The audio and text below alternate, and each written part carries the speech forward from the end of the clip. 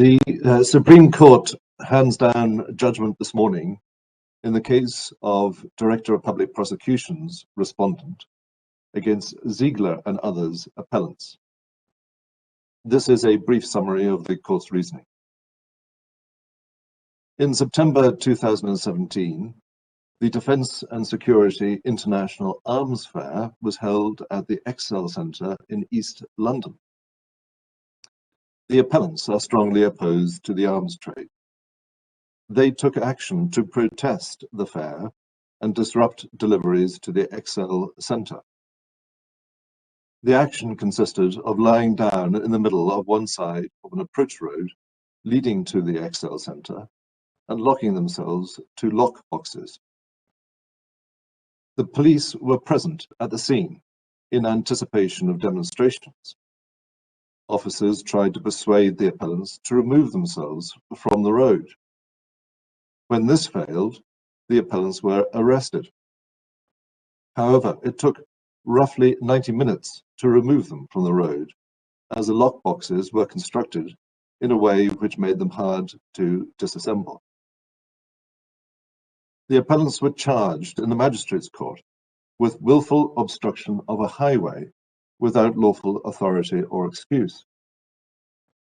At their trial, the district judge had regard to the appellant's rights to freedom of expression and freedom of peaceful assembly, guaranteed by Articles 10 and 11 of the European Convention of Human Rights.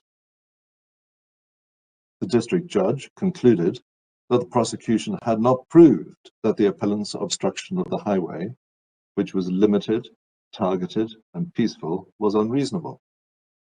The appellants, therefore, had a defence of lawful excuse and were acquitted. The Director of Public Prosecutions appealed by way of case stated to the Divisional Court. The Divisional Court considered that the district judge's assessment of the proportionality of the interference with the appellant's convention rights of freedom of expression and freedom of peaceful assembly was wrong, essentially because the district judge failed to strike a fair balance between the interests of the protesters and those of other members of the public. The Divisional Court allowed the appeal and directed that convictions be entered against the appellants. The appellants appealed to the Supreme Court, raising two important questions of law. The first is as to the test to be applied by an appellate court when the rights to freedom of expression and freedom of peaceful assembly are engaged. The second relates to whether deliberate, physically obstructive conduct can constitute a lawful excuse in relation to the offence of obstruction of a highway, where the impact of the deliberate obstruction on other road users is more than minimal and prevents them, or is capable of preventing them from passing along the highway. The Supreme Court allows the appeal in relation to both questions of law by a majority, for the reasons set out in a judgment given by Lord Hamblin and myself, with which Lady Arden concurs. Lord Sales, with whom Lord Hodge agrees, gives a judgment dissenting in part. First, I will summarise the reasons for allowing the appeal in relation to the appellate test. The conventional approach applied in appeals by way of case stated in criminal proceedings, including cases involving issues of proportionality, is whether the court's conclusion was one which was reasonably open to it, so that the decision will stand unless it is irrational or perverse. The Divisional Court, relying on the decision of this court in the family law case of Ray B, held that a different test applied in appeals which involve an assessment of proportionality. Under that test, an appeal will be allowed where the decision of the lower court was wrong. Lord Sales would uphold that decision of the Divisional Court. However, the majority consider that to have alternative appellate tests, depending on how central the issue of proportionality is to the decision reached, would add unnecessary and undesirable complexity and uncertainty.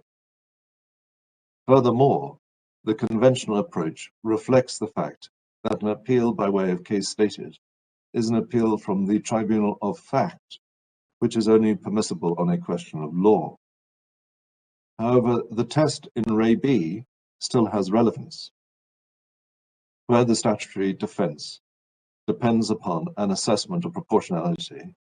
An appeal will lie if there is an error or flaw in the reasoning on the face of the case, which undermines the cogency of the conclusion on proportionality.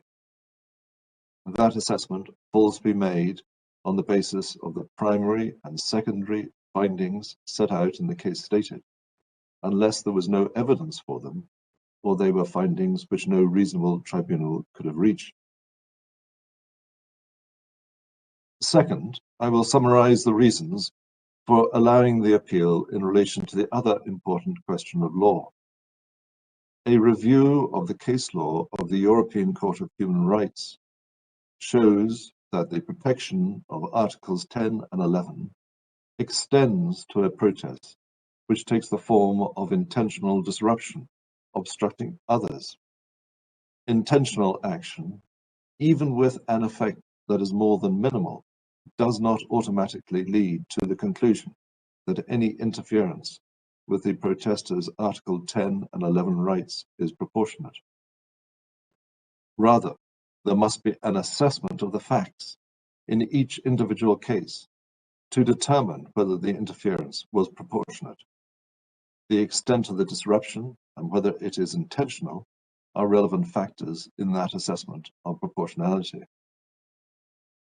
The answer to the second question is therefore that deliberate, physically obstructive conduct can constitute a lawful excuse in relation to the offence of obstruction of a highway, where the impact of the deliberate obstruction on other highway users is more than minimal and prevents them or is capable of preventing them from passing along the highway.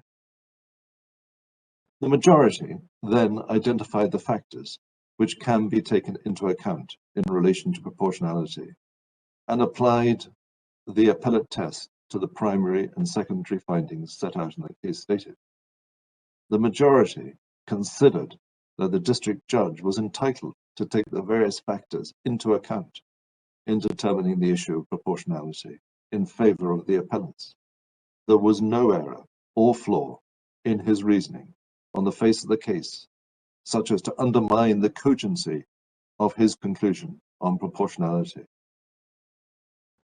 Lord Sales considered that the district judge's assessment of proportionality was flawed, as was the divisional court's own assessment. Lord Sales would therefore have ordered remittal to the Magistrates' Court for further examination of the facts. However, the outcome, based on the reasoning of the majority, is that the appellant's appeal is allowed. The divisional court's order directing convictions is set aside, and a direction is issued to restore the dismissal of the charges.